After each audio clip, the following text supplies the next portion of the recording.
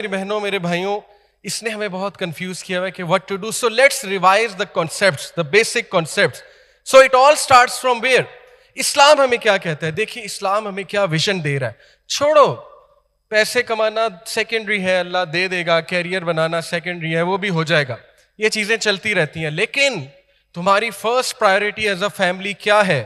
اللہ سبحانہ وتعالیٰ کہتے ہیں سورہ تحریم میں آیت نمبر 6 میں, یا ایھا الذین آمنوا قوا انفسکم واہلیکم نارا, اے لوگوں جو ایمان لائے ہو بچا لو اپنے آپ کو اور اپنے فیملی کو, بچا لو اس آگ سے جس کا ایندھن انسان اور پتھر ہے.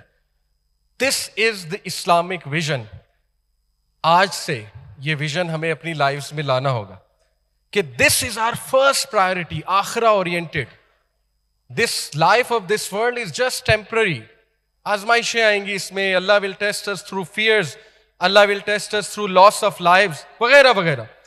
But as long as the ultimate vision is there, as long as you as a family are trying your best to save yourself and your family from the hellfire, Allah maaf kare, so that's a good vision and you are on the right track. So this is the first thing to revise as a generation. Secondly, الذی خلق الموت والحیات لیبلوکم ایکم احسن عملا. دیکھو اللہ نے زندگی اور موت اس لیے نہیں بنائی کہ چیزیں اکٹھے کرو. الہاکم التکاثر حتی زرتم المقابر. Mutual rivalry in worldly wealth has diverted them حتی زرتم المقابر until they reach the graves. Then they will know. Yes, then they will know. تو اللہ ہمارے کنسیپٹس ٹھیک کر رہا ہے.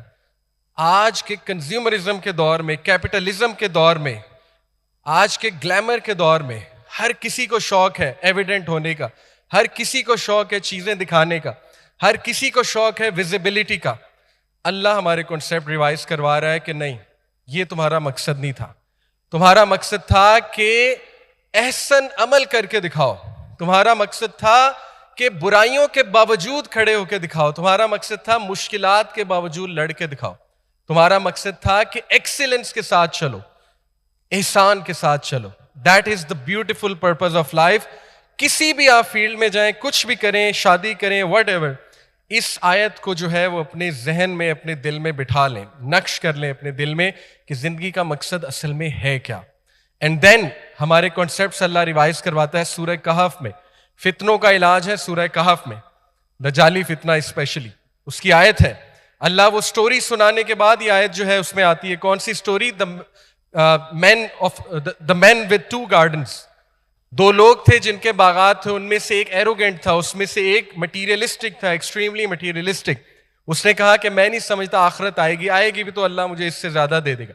وہ سٹوری سنانے کے بعد اللہ کوٹ کرتے ہیں المال والبنون زینت الحیات الدنیا والباقیات الصالحات خیر عند ربک ثوابا وخیر عملا. Wealth and children are but adornment of the worldly life. زینت ہیں دنیا کی, زینت ہیں, مقصد نہیں ہے. This is not the purpose. This is just an adornment.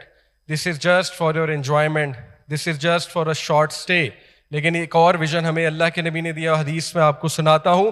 But اصل میں کیا چیز میٹر کرتی ہے؟ والباقیات الصالحات. But the enduring good deeds, عمل صالح, وہ ہیں جو تمہارے رب کے ہاں خیر پائیں گے, وہ ہیں جو جن کا تمہیں ریوارڈ کیا جائے گا. وہ ویژن بناؤ, وہ کرو.